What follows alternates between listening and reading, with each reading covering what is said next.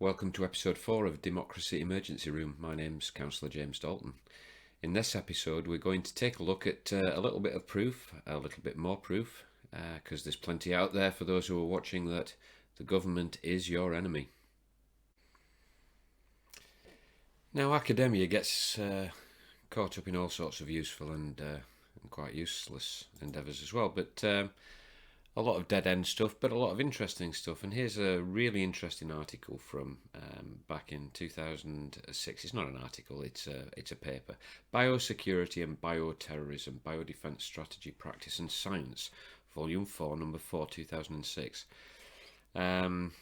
Disease Mitigation Measures in the Control of Pandemic Influenza. And it gives you these chaps who've written this articles, chaps and chapettes, Thomas Inglesby, Jennifer Nuzzo, Tara O'Toole and D.A. Henderson. And we'll just go straight down to the bottom, see who these people are. There we go. Centre for Biosecurity, UPMC, Pier 14 Building Suite, Baltimore, Maryland. So, you can look up all about these people, but they've been basically paid money by the taxpayers through their elected representatives to look into this subject. Disease mitigation measures in control of pandemic influenza. So this is one of the core documents that you would have expected our government and other governments around the world to have been consulting when coming up with their plans for how to deal with COVID-19, that being a pandemic, it also having a similar characteristic to influenza, not with respect necessarily to outcome, although arguably it is a little bit like a flu, but with respect to it, with regard to its mechanism of spread, i.e. Through the air and in the moist parts of one's face, nose and mouth. So, I'm not going to go through this in detail because obviously these are academic papers filled with lots of stuff. This one's actually filled with lots of interesting stuff.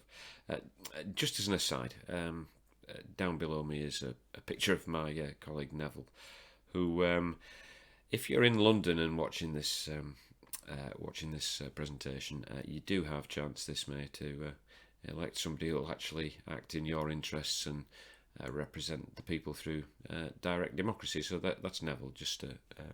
That's why he's there, colleague in promotion of direct democracy. Anyway, back to our government, which is not serving us well.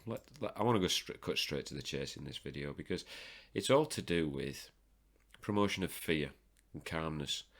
Now, we all know when our children are not feeling too good and feeling upset or scared about something, we try to comfort them. We don't try to accentuate the fear.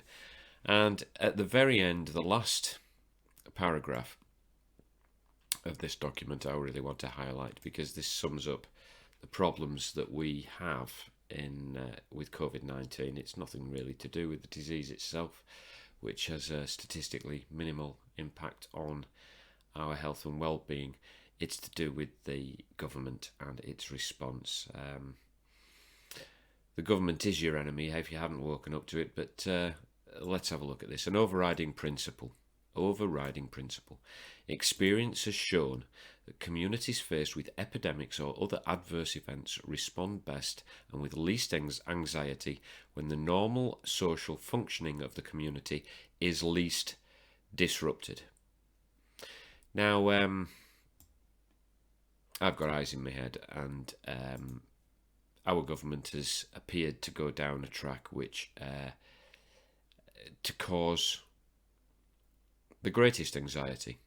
They certainly haven't been allaying fears, giving basic information about what we've found, the good things that doctors have found that are helping people who have unfortunately getting ill with it, whether it's coronavirus, flu. If you're ill, you're ill. Whatever it is, you want the powers that be to treat you, the health services to treat you. Another thing I hear, a closure of schools. There's been the practice in many communities to close the schools for 10 to 14 days at the beginning of an epidemic of seasonal flu, primarily because of the number of both teachers and pupils who are absent. This is a reasonable initiative, often expected in many communities. Now, what we don't have is, what COVID doesn't do is affect children. Children do not present with illnesses, and neither fundamentally do the vast majority of people under the age of 65 or working age. But this is reasonable initiative, often expected in many communities, that also serves to demonstrate action on the part of officials. This is the key. Also serves to demonstrate action on the part of officials. Officials are always wanting to let you know that they are there by doing things, even when the best thing to do is to do nothing. Closing schools for longer periods in hopes of mitigating the epidemic by decreasing contacts among students is not warranted unless all other likely points of assembly are closed, e.g. malls, fast food restaurants, blah, blah, blah. Such widespread closures sustained throughout the pandemic would almost certainly have serious, adverse social and economic effects. Serious, adverse social and economic effects. It's an absolute disaster what we have done to our children in this past, what's coming on for 12 months. It's an absolute and utter disgrace. Where are the adults? I do want to highlight one last section of this document. You can go and see yourself, study it in detail, but it's to do with the cancelling or postponing meetings or events involving large numbers of people. And here's what the conclusion, the summary states. Intuitively, this would appear to be a helpful adjunct to reduce contacts among people and so mitigate the effects of the epidemic. Intuitively, however, right, this presents a political problem. When something's intuitively correct, it becomes politically popular, even if it's the wrong thing to do. And when you live in a time where politicians stick the finger in the air to see which way the wind's blowing before they make a decision, this can lead to disastrous outcomes, as we're seeing in the United Kingdom. Cancelling or postponing events. However, individuals normally have a great many contacts throughout the community on a daily basis, shopping in stores, blah, blah, blah. Recognising that the spread of influenza is primarily by person-to-person contact, similar to COVID, which obviously doesn't affect younger people, but does have a significant and serious effect on the elderly and the vulnerable. Any one individual, even in a large gathering, would have only a limited number of such close encounters with infected people. Thus, cancelling or postponing large meetings would not be likely to have any significant effect on the development of an epidemic. So, unless you want to undertake a mass experiment to prove these people wrong by doing so, while local concerns may result in the closure of particular events for logical reasons, small outbreaks, for instance, might be sensible, particular venue, which might be having a repeat problem. A policy directing community-wide closure of public events seems inadvisable. Okay, well, it's just we will have a look at these other two little passages. Quarantine, as experience shows, there is no basis for recommending quarantining either of groups or individuals. The problems in implementing such measures are formidable, and secondary effects of absenteeism and community disruption, as well as possible adverse consequences such as loss of public trust in government. Loss of public trust in government. Well, that's something that perhaps my trust was removed from me a long time ago. And stigmatisation of quarantined people and groups are likely to be considered. Stigmatisation, well, the government really has been pushing the button on stigmatisation. Whether it's structural racism, whether it's who does or doesn't wear a mask, whether it's who doesn't or doesn't have a vaccine, whether who does or doesn't talk about things relating to all these issues.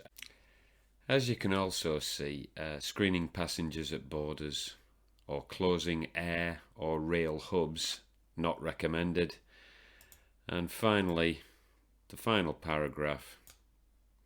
This is where we're at in the UK. Strong political and public health leadership to provide reassurance and to ensure that needed medical care services are provided are critical elements. If either is seen to be less than optimal, a manageable epidemic could move towards catastrophe, and that's what we all want to avoid. I'm afraid the loss of public trust in government is something that we're going to have to deal with, and that's what we're here for at the Direct Democracy Party.